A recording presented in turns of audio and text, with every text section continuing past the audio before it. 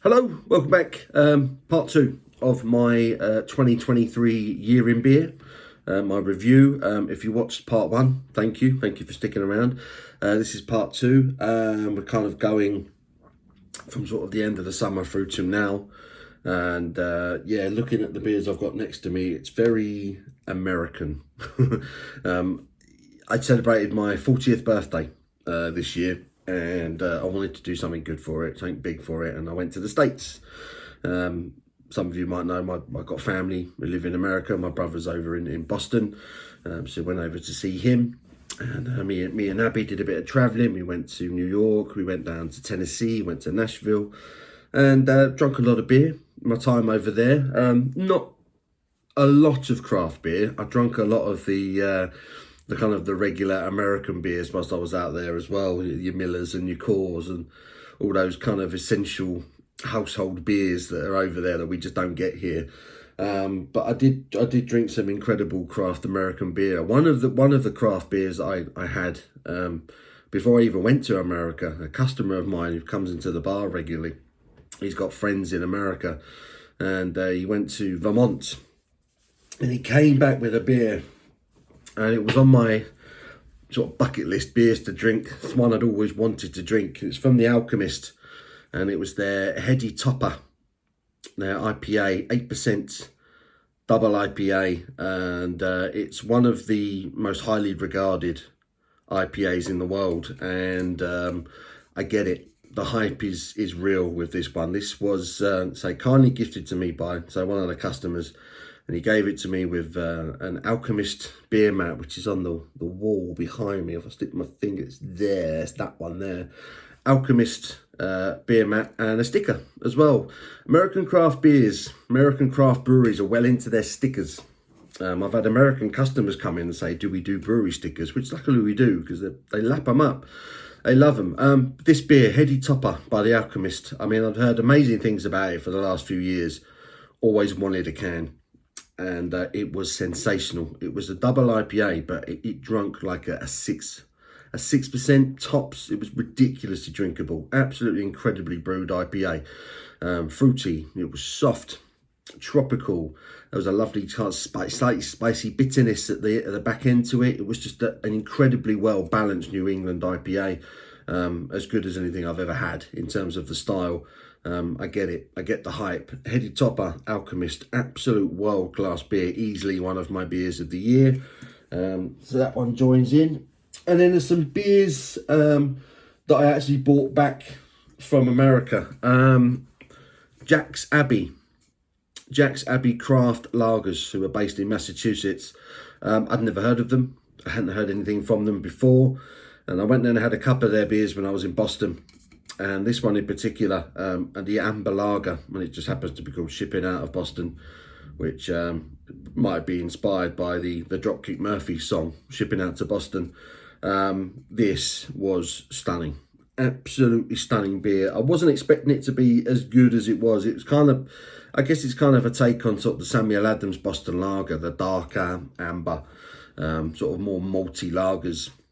And this is that, but to another level. It was like brown bread. It had like sort of German Bock sort of characteristics to it. It was malty, sort of dark bread, buttery, sort of honey. There was caramel, toffee, and then all the while there was like this drinkability, this incredible lager, refreshing characteristic to it. It was one of them beers that as soon as I first tried it, it was gone within about 2-3 mouthfuls. Absolutely ridiculously good beer. Jack's Abbey Craft Lager, Shipping Out of Boston. Easily one of my beers of the year.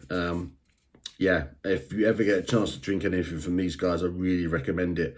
Yeah, Massachusetts malted grains from Stone Path Malt and Valley Malt. But yeah, incredible. Jack's Abbey, Shipping Out of Boston. Incredible beer. Trillium were a brewery that I really was keen to get hold of. Heard really good things about them before I travelled to America, before I travelled to Massachusetts. And I went and did the tour of Fenway Park where the Red Sox play baseball. And Trillium have a little bar there, a little brewery tap, really close to the baseball park. So I went in there and they had this on keg, and it's called Public Garden. Sorry, something in my teeth. Public Garden IPA, a 7% IPA. I think it was Citra, Strata. I think there was one other hop in there. Can't remember what it was now. I had this on draft when I was out there, and it was sensational. It was one of them beers that literally stopped you in your tracks. I drank it, took a mouthful of it, and it just made me laugh. But how good it was! We love our New England IPAs over here. We love our hazy tropical pales and IPAs. They're easily the biggest selling craft beer in craft beer bars. But obviously we call them a New England IPA. So when you actually go to New England and drink an IPA over there, you're getting the hops at their freshest, at their purest, at their best, at their best quality. And this was every good New England IPA I've ever had, but just cranked up a little bit. Public Garden from Trillium. They are doing some incredible beers. I tried a few of their beers in the bar. Abby had a really good sour from theirs. She brought some of those home that she's really enjoyed. But yeah, Trillium, that's their little logo there, the little leaf flower looking thing. But this was Public Garden IPA, easily one of the best beers I've had ever, to be honest. It was stunning. And then I came home after drinking lots of American beer, had an excellent few weeks out there. And I was kindly sent a box of beers from Siren. And they released their Caribbean Chocolate Cake Stout collection again this year after skipping a year last year. And there were 2 beers in the box in particular that were outstanding. You might have watched my unboxing video, 4 beers, a glass. It was a really nice gift box. There were 2 beers in particular in the box that were outstanding, and they've both made my sort of beer of the year list. First one was the Caribbean Chocolate Cake, the Nitro version. Easily the most flavourful nitro stout I've ever had. It was incredible, absolutely delicious. It was 7.4% ABV. It was just melted chocolate, but extra smooth for the nitro content in the beer. It was just incrediable. It really did. It blew my mind. I didn't realise a nitro beer could be so flavourful. And the other one was the Imperial, the original Death by Chocolate. The Death by Caribbean Chocolate Cake, 10% Imperial Stout. Incredible. Just tasted like boozy melted chocolate. Absolutely stunning beer. It really was incredible. They did some fantastic work with the box this year, Siren. Really, really nice. So thank you again to Siren for sending me the box. But 2 of those beers, the Nitro and the Imperial in particular, were outstanding. And I do believe you can still get hold of some of the cans in beer shops near you. So do check them out. And then I'm going to get to my brewery of the year. My brewery of the year. And I wasn't expecting these guys to be, to come into it.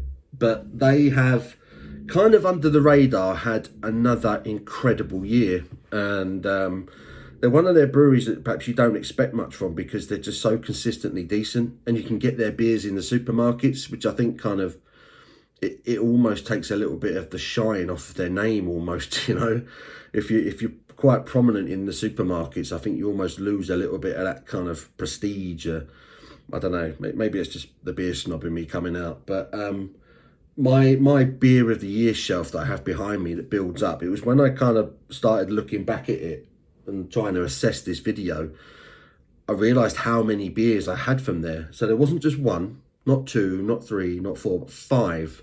5 of my beers on the beer of the year shelf were from this brewery. And most of you would have had a beer from them. It's Vocation. Vocation are my brewery of the year because they have just been outstanding. I've got 5 beers from them. The first one, Whamageddon. It was a double dry hopped IPA. It was a 7% double dry hopped IPA. It was, I can't remember what they hopped it with now. Citra, Mosaic and Simcoe. So it's a classic combination of hops. This was soft, it was juicy, it just glided down, ultimately just incredibly refreshing. And I remember drinking this, I think I was about to go on a holiday. I'm pretty sure I drank it the morning I was supposed to get on a flight. I think I was off for a stag do, going to Bulgaria, and I think I drank that morning. And I was like, bloody hell, that was just a really good beer that I wasn't expecting to be as good as it was. Outstanding IPA, Whamageddon from Vocation. The first beer I had from them this year was this, the Imperial Affogato, coffee and vanilla stout. 10.7% coffee Imperial stout. I drank this when I was on a live stream, and it was one of those ones where I just thought, I was chatting away, and I thought to myself, I fancy a big stout. And I had this, and it was one of the moments where you take that first mouthful and you're like, whoa, that is outstanding. Vocation, Imperial Affogato, early in the year, excellent coffee vanilla stout, did everything you want it to do. And then we had their volumes range. This is their monthly special that they started doing this year. And at Easter, they released this one. It's called 1 a penny, 2 a penny. And it was a hot cross bun Belgian double coming in at 9.2% ABV. It was everything I enjoy about a Belgian double, but with hot cross bun, fruitcake vibes added into it.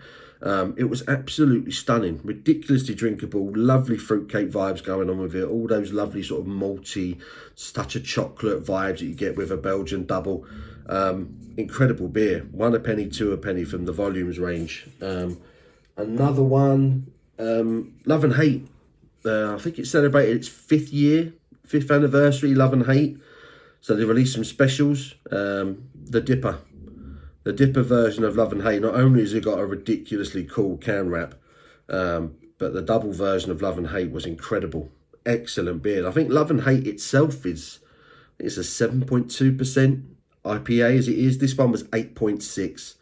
And it was just ridiculously drinkable, juicy, soft, almost, really kind of sort of pillowy, on the palate. I remember drinking that at the time when it first came out. I thought they've nailed that. A lovely double version of Love and Hate. That was an incredible beer from Vocation again. And the other one that made the list was their July release from their volumes range, their monthly specials.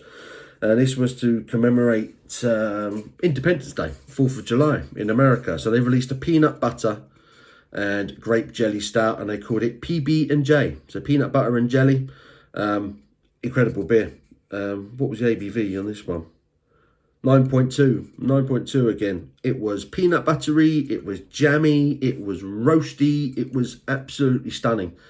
Absolutely stunning. It was a perfect peanut butter stout, and it gets so many peanut butter stouts that go wrong, but that one was perfect. So yeah, my brewery of the year, Vocation, my brewery of the year. They've had an outstanding year, under the radar, and they're all beers that I bought directly from the website. They're not beers that I've found in the supermarkets. I don't think there's a single beer in this list that I've picked up in a supermarket, and I think that speaks volumes. And it kind of brings me on to my kind of ending point of the video. A lot of people have been suggesting that craft beer is in trouble. I think some people, they said that the craft beer bubble was burst.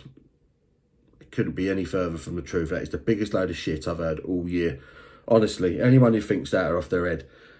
Craft beer is in a stage of creativeness now that is so exciting to be a part of. And you speak to people in the industry, and you speak to brewers, and you go to beer festivals and you talk to people, and you taste what they're producing. It's incredible. I think a lot of people are judging their craft beer on what they're buying in the supermarkets. And what people don't seem to be realising is that the supermarkets are ripping off the breweries in the same way that they've been ripping off the farmers for years. They don't give the farmers enough money for their milk. They're not giving breweries enough money for their beer.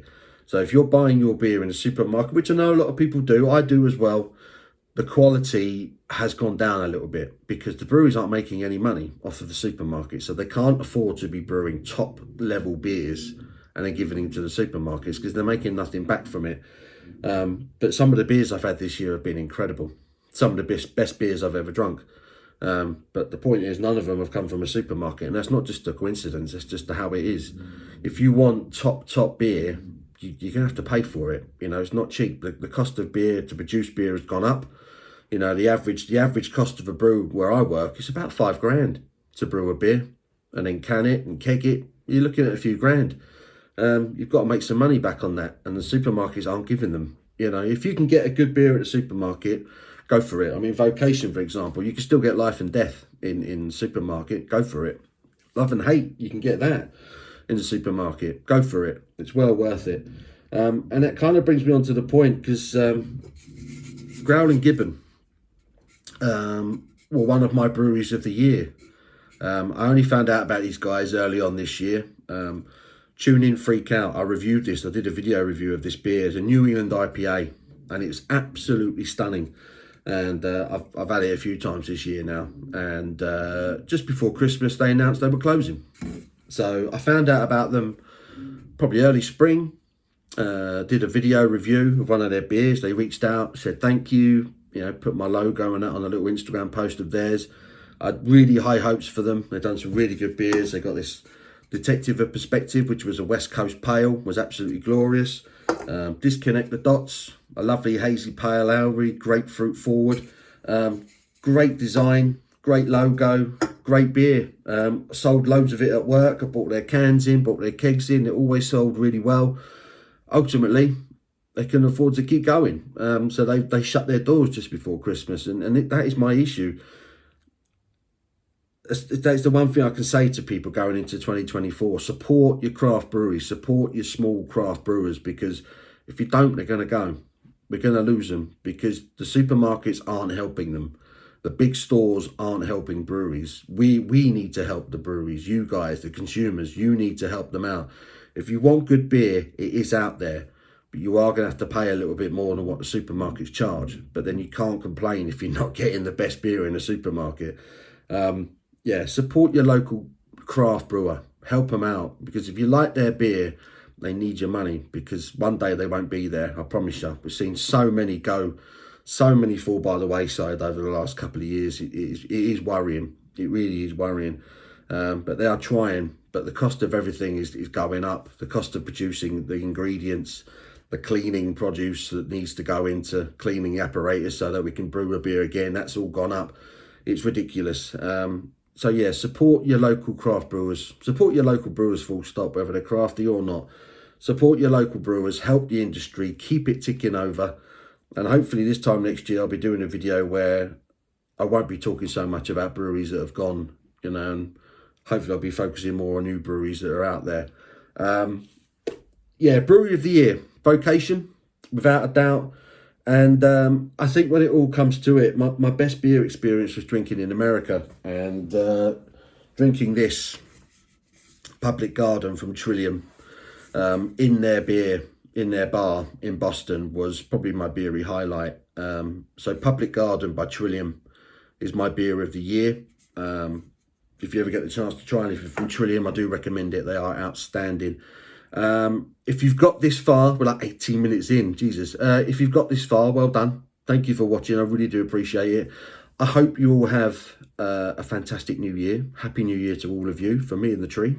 Have a good night, whatever you're doing tonight. Enjoy yourselves, be safe. And yeah, I will see you in 2024 where I'll be drinking more fantastic beer. So until my next one, you take care.